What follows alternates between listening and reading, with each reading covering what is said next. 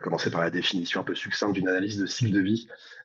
C'est un framework qui permet de mesurer l'impact environnemental d'un produit sur ou d'un système sur l'ensemble de son cycle de vie. Donc en anglais, on parle de cradle to grave, donc du berceau à la tombe potentiellement, pour partir de l'extraction des matières premières, donc qui arrive très en amont de l'assemblage d'un produit manufacturé potentiellement, jusqu'à la fin de vie de ce produit, en passant par les phases d'assemblage, de distribution et d'usage.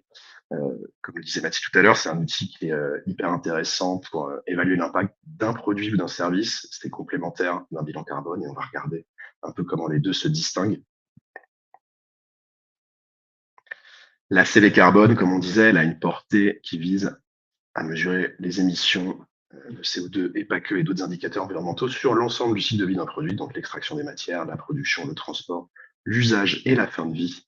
Quand le bilan carbone, lui, se concentre sur un framework d'analyse qui est plutôt concentré autour des scopes que vous connaissez, donc des émissions directes, des émissions indirectes liées à l'énergie et des autres émissions indirectes, le fameux scope 3.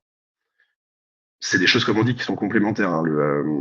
Une entreprise qui fabrique un monoproduit, son bilan carbone et son ACV produit sont des choses qui sont assez proches. Il y a un certain nombre d'émissions liées aux fonctions support qui ne vont pas être prises en compte pour une ACV dans ce contexte. Le focus d'une ACV produit, donc l'objectif, c'est de mesurer l'impact d'un produit, alors que le bilan carbone cherche à mesurer les émissions de l'ensemble de votre organisation sur une année ou une période de temps donnée. Il y a des méthodologies qui encadrent ces deux méthodes d'analyse, hein. Les ACV carbone sont encadrés par plusieurs normes ISO. Il y a la norme ISO 14040, 44 et également la norme 14067 qu'on peut citer, qui est la version la plus à jour sur ce sujet.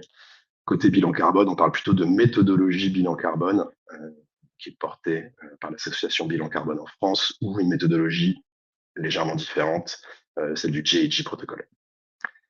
D'un point de vue objectif, la CV carbone, elle va vraiment permettre d'identifier les leviers de réduction au niveau d'un produit, d'un service, donc que ce soit sur sa conception, sur la manière dont il va être utilisé potentiellement, ou la manière dont il va ensuite pouvoir être traité en fin de vie. Là où le bilan carbone a vraiment l'ambition d'avoir une vision à 360 des émissions de votre entreprise et donc une performance plus globale et générale de l'entreprise.